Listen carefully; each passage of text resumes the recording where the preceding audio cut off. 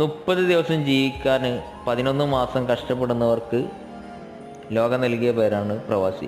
ഇതിവിടെ പറയാനുള്ള കാരണം എന്ന് വെച്ച് കഴിഞ്ഞാൽ, ഞാൻ ഈ സുഹൃത്തിൻ്റെ വീഡിയോ കാണാനിടയായി കേട്ടോ.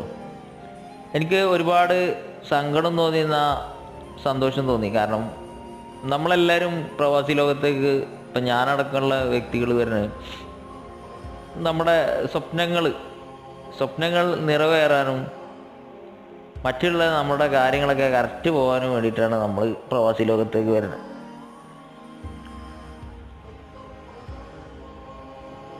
ഈ വീഡിയോ കണ്ടപ്പോൾ ഭയങ്കര ഫീലായി പോയിട്ടോ.